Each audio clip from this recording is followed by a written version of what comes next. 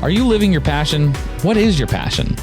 Welcome to the Luxe Life Discovered Podcast, where we talk with people who are living a lifestyle that reflects their passion, because we believe everyone should enjoy living their best life, their Luxe Life. Hello, Rick Steiner back again with another episode of Luxe Life Discovered. Our guest today is Scott Lassiter, better known as DJ30A. So, Scott, welcome to the podcast. Thank you so much for having me. It's been a pleasure. I really enjoy meeting you finally. It's been a little bit since we've been communicating. We've been in touch on social media for, a few months now. Correct, so, yeah. correct. And every time I've been here, it's been a conflict of schedule. And because you're a DJ, so tell us a little bit about your DJ background and all of that. That was awesome. I was in the Marines for a while, and once I got out of the Marines, my sister was at the Atlanta Art Institute, so I just naturally, on the way back to Alabama, just stopped by in Atlanta to visit with her, and I never left. The music just pulled me in, strong music community there. So I just started getting into music production, DJing. I DJ'd a lot of the prominent clubs in Atlanta. And one thing led to another, and I just started producing more and more music, and I fell in line with a good DJ/producer there, and my label partner now, Hoodia, Dan Juria, who travels the world to play. So he helped kind of mentor me to where I'm at now. And once I decided Atlanta, the traffic just got a little bit too much, and I moved down here closer to home where I grew up, I got into events, like corporate events, weddings, etc. And that's got kind of like my passion now. I still produce. DJ30A has kind of two entities, the production and touring DJ, and the DJ30A that does the corporate and luxury weddings down here and along the Gulf Coast. Okay. So you brought the traffic with you is what you're saying? Correct, yeah. Okay. Because I did do some events up there. I worked with the Atlanta Falcons. I worked with the Mercedes-Benz, the United Distribution, which handles a lot of the Miller products. So I handled a lot of events up there that were high target, high value. Played at the aquarium a few times. But down here, I was able to translate those type of clients down here into the weddings, because this is a huge wedding destination area. Oh, definitely. So do you work in Bay County and Walton County or along the Gulf? Well, the joke a lot of the wedding planners tell me is if they pay, Scott plays. So I love traveling. I've traveled internationally to do weddings before. Okay. I just love playing. And one thing about me, I think that I'm a little bit different than a regular wedding DJ is I do not have any preconceived notions on what the client wants. I like them to fill out. I've made a lot of effort in making a questionnaire. So before they tell me one thing about music that they like, I want them to fill that out and then read, because I put some tricky questions in there. So there's no way they can just tell me something I want to hear. I want to know what they like so I can make their event custom. So I have done one of the best events I've ever done was a 50th anniversary. And when I got the questionnaire back from them, they called me back and we went over it. And what they wanted in their head, but they didn't think I could pull off, was chronologically. They wanted music. Oh, wow. As the night progressed with all their kids and grandkids, they wanted to show their guests their songs throughout their courtship of 50 years. Yeah. I announced I was actually the MC through 50 years of music throughout their life. I actually played the song that they were listening to when she was on the way to give birth in the hospital and he was skimming through traffic in Knoxville, when they were there for the birth of their first child. So that was one of the more unique custom events that I like to reach out to. Every event, if it's a challenge, it gets me really honed in on the event to make an impression and to perform for the client. So that's what sets me apart, I think, from the other competition around. This episode of Luxe Life Discovered is brought to you in part by Steiner Event Group. Steiner Event Group is a national event planner that produces results for their clients. They offer event and wedding planning on any scale, hosting bridal shows, scouting talented models, and producing riveting concept photo shoots to help their clients expand their brands, products, and services. Whether you're a business professional aiming to take your brand to the next level, planning a corporate or private event, a bride seeking to have the wedding of your dreams, or a model ready to be discovered, Steiner Event Group is ready for you. So I can only imagine the excitement that they had when you played the music and did that for them. Well, that's a cool concept. I like that. Well, one thing that was different from that event, usually when I'm playing dance music, everyone's just lost in dancing and having a good time, drinking a little bit with their friends and family. But on that event particularly, every time I was fading into from one song to the next, and I was on the microphone. Everybody was all eyes on me, trying to see what particular event happened for them to tell me to play that song. Yeah. So it was Interesting. it was almost like the Nashville restaurant, the Bluebird Cafe. Right. It was like Bluebird Cafe for DJs. That's kind of how it was. Well, that's a good compliment right there. Yeah. That's a great analogy. We were talking with the chef this morning, and she was talking about how she her meals for clients, private events. She customizes a meal based on what they want, and she did something similar where he had an old Greek mythology story, and she did the whole meal and all the props and everything, and it was just neat to hear her say that. So to hear you say that, and of course, as an event planner, I know how important it is to make the event or the wedding to reflect the lifestyle or the personality and style of the bride or client, and that's key. Yeah, I think when you're getting into like luxury events, or if you want to have a name for yourself, even if you haven't made it to the luxury event level yet, when you do an event, you have the opportunity, instead of painting with a broad stroke of a paintbrush, right, you can really fine tune, because everybody has musical taste. You just might have to bring it out. They might be a little timid. They might just be used to listening to whatever's on the radio without really exploring deep into the crates, is what we call it in DJing. So it's just your job is to bring it out and ask the right questions. And before you even get to the day of the event, know exactly what you can get away with them, right, and kind of like expose them to make them have a wonderful night. And it's all about listening and having the creative questionnaires that tell you more than they realize they're telling you. My worst events, and I don't think the client would even know, but I feel like I didn't do my best, is when I'm dealing with a client that is indifferent on giving me information. Yes. Because I call them the passive-aggressive clients. They're the ones that might leave you that review, but will not fill out your questionnaire. Right. So that's why I'm very blunt with my client. And sometimes not every client should be my client. And the biggest thing that I can have is having that power to know if I can put my stamp on your event. If you're not going to give me the ingredients to cook a meal for you, I don't want to cook the meal for you. Exactly. We have a lot in common for sure. But the hardest client to work with is one that tells you just do what you want. Yeah. Well, it's not my event. Yeah. And then, like you said, they're the ones that get upset the most because you didn't do what they want, but they didn't tell you what they wanted. I think I figured out at this stage what triggers me to have a bad event, and no one's immune to that. And not having a bad event, I just want to clarify this, having a bad event is not where anybody else would know but maybe you. Yourself, yeah. But I know when I'm leaving opportunity on the table where I could have made a little bit better for the client. Right. Did I ask the right question? Did I not pursue getting all the information back to where I really understood what they wanted? Right. So, and we're harder on ourselves than anybody else either. Oh yeah, I do. And I learned this from a Tony Robbins seminar. I'm one of the guys actually paid to go to one of those. And it was actually worth it. It was actually worth it. And one thing he said was like doing self-evaluation and having that just, when you have an event on your calendar, it's a not miss event. But also, well, in the Marines, we called it a 5-paragraph order. We call it the consolidation phase after any mission. As you sit back and you evaluate your inventory, how you did, and be really honest about what you can add. Is there something I need to add to the questionnaire? Is there something I need to take off that confused some people? So having some reflection on what you did and being brutally honest. And sometimes you're giving yourself a pat on the back. Sometimes maybe not so much. Right. Sometimes you need to go back and reevaluate.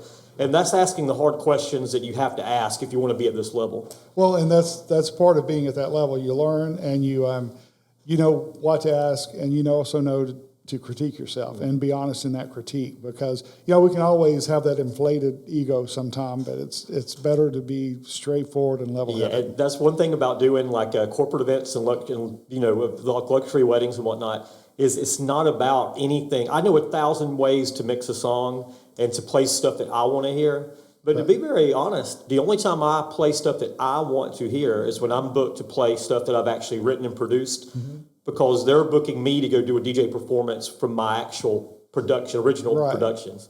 But when I'm doing something for a client, it is not about me. I'm just the medium, just putting the music out there and giving you the aesthetics you want for the event.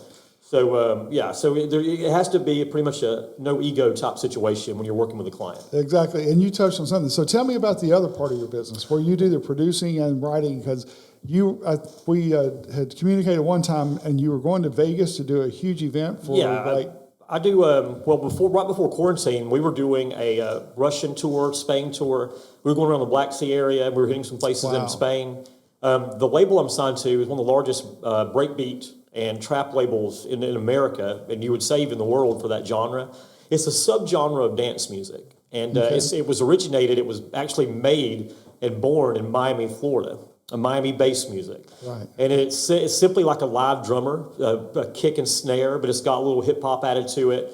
But I'm probably the third most downloaded artist of all time in that label, in that particular genre. Wow. And so we played an event in Las Vegas for a company called Fractured down on Fremont Street, which was amazing. Yeah. Vegas is one of my favorite towns just because of the history of the Vegas. I played Orlando for the Breaks and Trap Festival, about 1,400 people, 3-day event. That was amazing. But my production, I've worked with Grammy-nominated artist Crystal Method. I have NDA signed with some country artists I've written for, actually lyrics for. So I'm pretty broad with who I work with. Because I was born in Lower Alabama, my little lingo and country sayings has kind of helped me with writing aspect of it. Right. But I worked with DJ Silver, who's Jason Aldean's touring DJ. Okay. And we've written songs and have credits with country artist Low Cash, Jimmy Allen, Odell, who actually came in second in The Voice. So we have experience doing country music, country dance music, and then traditional EDM. Interesting. That's a lot that's all out of my area of expertise for sure. So it's fun to hear somebody, and that's the podcast, Luxe Life Discovered. That's you're a good example of that as well. Everybody we've had on today is like the perfect example because you're doing what you want to do, you're living your passion, and that's your Luxe Life. Yeah, it's funny you mentioned that. I'm not saying this to be cheesy, but I do not even view myself as work. Like coming here was not work. Going to do my wedding, I have a wedding Saturday and Sunday. It's not work to me. Right. Because to me, it's like a challenge. Because I'm very thorough on the front end, so when I get there, it's about execution. Exactly. And I'm responsible for all the entertainment. So if they're not entertained, it's almost like a chess game. So I want to load the deck so I can go out and perform my best ability. And at the end of the day, I want the bride and groom to high five me, and I want the wedding planner to give me a hug and book me again. Right. Those are all things that I'm shooting for. So to me, it's like a game. It's not work because I'm challenging myself. Right. How many weddings do you do a year? My company, around 100. Me personally, close between 50 and 80. Okay. What we're experiencing this year, to totally get off subject, I'm experiencing a lot of COVID reschedules. Right. So I'm doing weddings sometimes on Mondays, Tuesdays, Thursdays, brunch weddings. So I've done two days this year where I've had a brunch wedding at Watercolor over where I live, and then go right across the street in Watercolor to Lake House and do an evening wedding for a totally different client. Wow. Just because the clients, they have military families and they're on leave and they just have to get their weddings in when they can get them in. And then everybody rescheduling, they're going for any date they can get now because, weekends typically are your wedding week, wedding days. But we are seeing more weddings and just the oddest times, or what are odd to us, it's not the norm, but it's becoming the norm. There is no norm. There is no norm anymore. One thing that I've noticed is since the invention of Spotify and Apple Playlist, et cetera, people are getting more and more into music. The algorithms in those platforms are fine-tuning what you listen to the most, your top 50 songs. And it's literally, they have got those algorithms where they can actually branch off like the Kevin Bacon 6 degrees of separation game. Yeah. You can find artists down that rabbit hole. So you can take somebody that used to not be into crate digging for new artists, and you just wake up and open up your home screen and you are bombarded with people in that similar vein. So that's actually helped me big time with actually connecting with my clients on a musical level. People that might be too timid to be direct with me with, getting out the Bruno Mars and typical weddings, genre. So does that, all the access to all of that, do you find that as positive, more positive, negative? Because like with me, for example, I have a lot of Pinterest brides with a beer budget. Yeah. So it's kind of a and here's I'm gonna quote B-Boy Entertainment's head honcho, Mr. Brian B., who used to live here in Destin. Now he's in New York. Great guy who's giving me some great advice. This episode of Luxe Life Discovered is brought to you in part by Orville's Men's Store. Thank you, Orville's Men's Store, for supplying the men's clothing for today's podcast. For the absolute best in casual and dress wear for men, visit orvillesms.com. That's ORVILLESMS.com. So I used to have a lot of tire kickers come along, and I hate telling people no. I've taken Delta Sky Miles for payment. I've taken Bitcoin for Really? payment. Like, I just hate telling people no, especially if I know I can do them a good job. Yeah. But eventually, you have to understand that if price is their determining factor on using me, I might not be the best fit for them. Exactly. Because I know my worth now. So that, to me, I'm willing to give them your Pinterest bride situation. I'm willing to give them exactly what they want. But if price is the determining factor in using my services, we might not be the good fit. No, I agree with that completely. And it took me a while to get there to learn that, because I'm like you. I didn't want to say anybody no. And, you know, you do some work and you're just like, I'm not happy with that. It's just not what my level. I think you'll agree. I'll ask you a question. Haven't you found the people that you lower your value for versus what you're paid, those are the ones that are more critical, because they're not valuing your service as much as the money that would pay full retail for your package. And the more they want from you too, because they think they deserve it. Yeah. So no, I agree with you. And it takes a while to get, and it's not a matter of, you know, I had somebody say, well, I'm not at that point where I can do that yet. I'm like, you need to have the mindset you're at that point where you can't do it, because, you know, you have to value what you bring to the table, because if you don't, no one else will. Yeah. And I think putting yourself in those positions where you're not valued correctly just makes animosity all the way around. And again, I like to feel appreciated.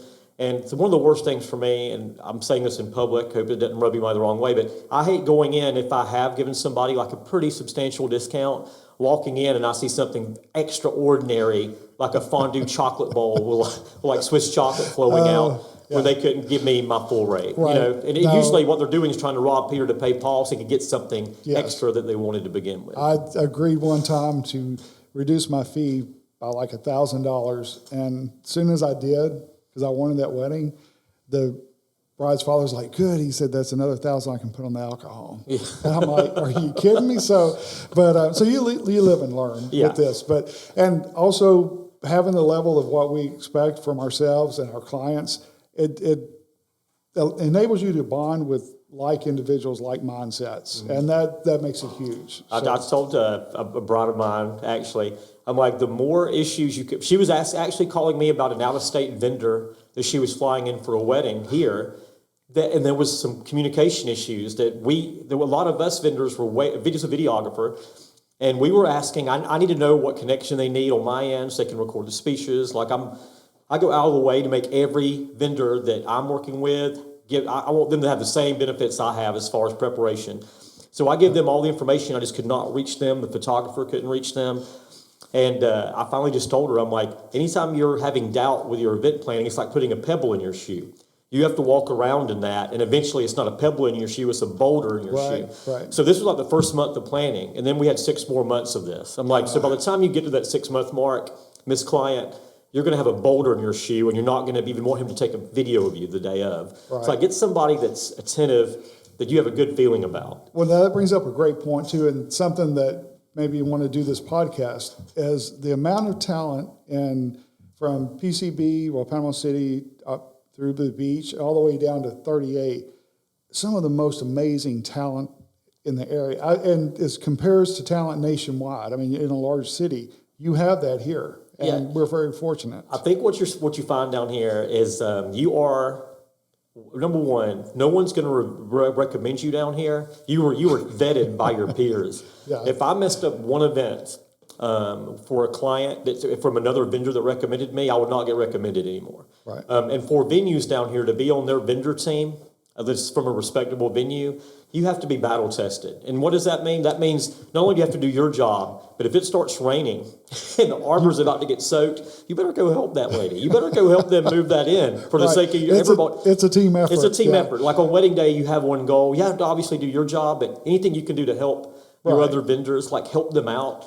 And that goodwill goes a long way. If you have everybody in that venue that's working it, if they're on your team, you just feel good. You know, and that's who I like to work with. Well, and doing an event, especially as an event planner, but you as a DJ too, if you've got a group that you work with, when you know that that's the same, like somebody comes to you for a wedding and you look at the vendor list, the vendors they've already hired, and you're like, that's it. Not 18, but it's you know you're going to work well with them. That's how we view it. Like, you know, over the course of like working down here, you asked earlier how many weddings I personally do. Between 50 and 80 a year personally, but my company does about 120 because I have different levels of service. If there's a client that was recommended to me and their budget's not exactly where it should be, or if they just want a pretty basic DJ experience, I have people that I can refer out that I'm putting through the same motions that I was put through in Atlanta to cut my teeth and to get some on-the-job experience. So I have 2 DJs that I'm putting through the motions to get them to where I'm at, so they can go branch out on them, you know, on their own and do what I did. Because I have that luxury as well.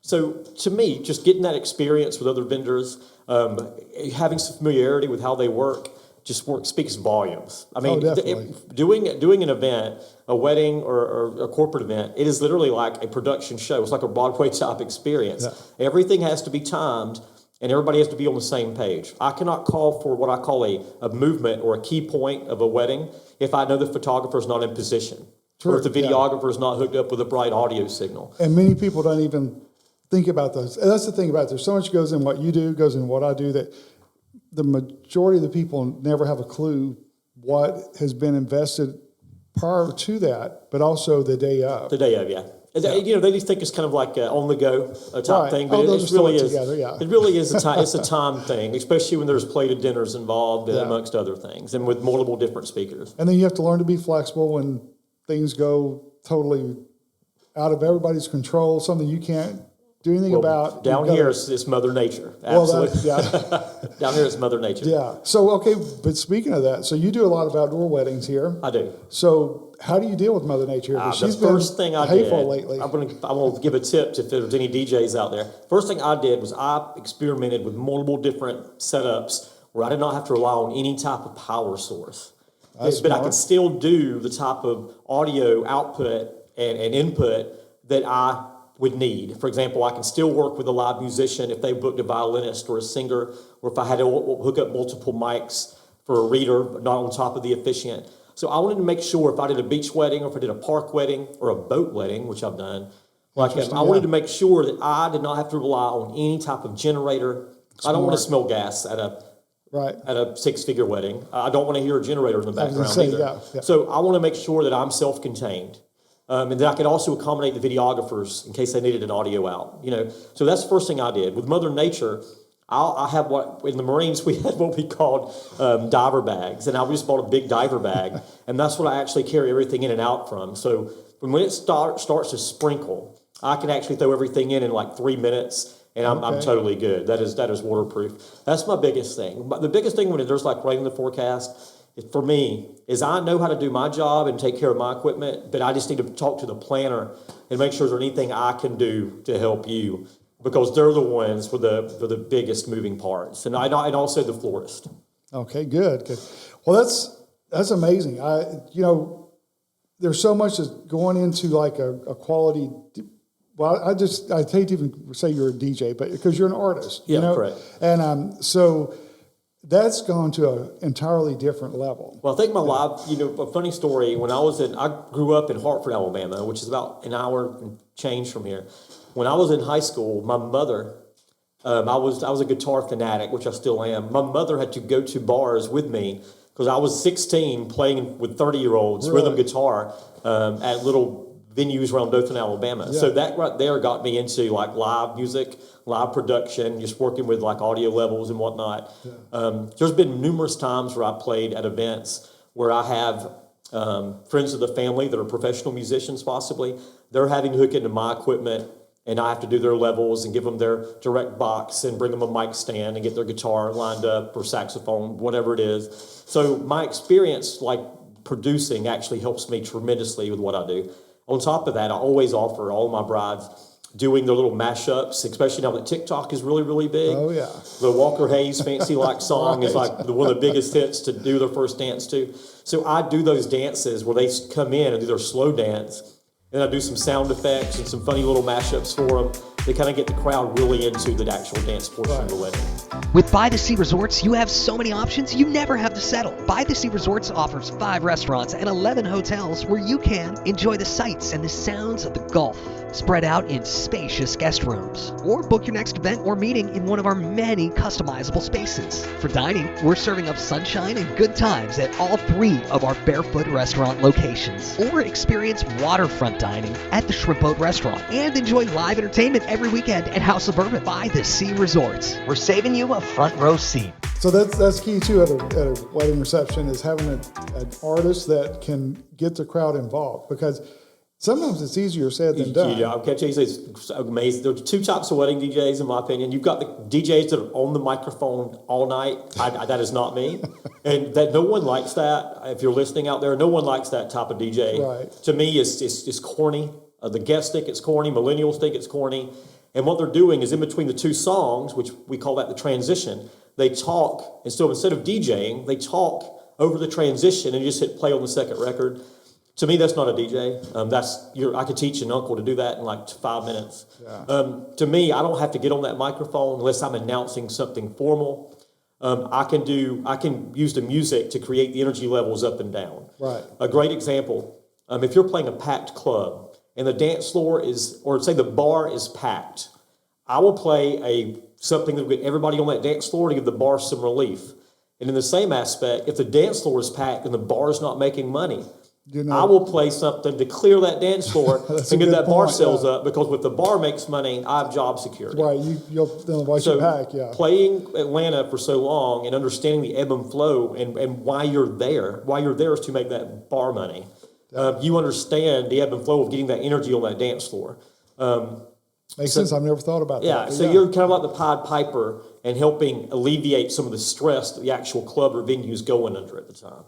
That's interesting. Yeah. So with me, controlling the club and controlling the wedding dance floor, if I drop a song, the first thing I do when the first song comes in is I will actually look at the faces of the crowd and see if it's a good song. If I didn't pick the right song out, I'm immediately trying to get out of that song. I'm not going to play 5 minutes of a bad song. I mean, that's a sign of a bad DJ.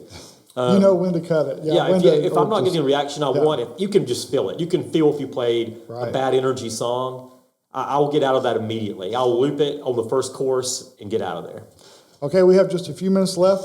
Tell me about your stint in the Marines. Well, you know what? I joined the Marines in 95. I got out in 2002. I just wanted to challenge myself. I was super skinny and just like a country bumpkin. I wanted to see the world.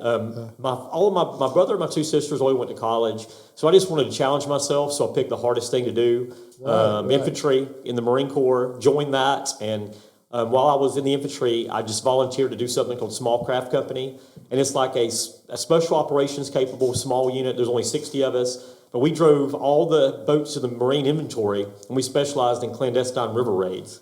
So I spent a lot of time in South America, Black Sea area. I really enjoyed it. So it was a lot of experience in a short period of time. Yeah, 6 years. And we stayed deployed pretty much the entire time. So no complaints about that, but it exposed me to so much music. So I'm super thankful for that. Okay, good deal. Well, thank you so much for being here today. We really appreciate you coming in. Great to meet you finally and to learn more about you and what you do. Thank you so much for having me. All right, thank you. Thank you. Thank you for joining us again for another episode of Luxe Life Discovered. Our next guest will be Marta Rose-Thorpe, and we look forward to interviewing her. So we'll see you soon. Thank you. Thanks for listening. If you enjoyed this episode and want to support our show, leave us a review. That's the #1 way to help this show reach others just like you. Join us next time for another Luxe Life Discovered.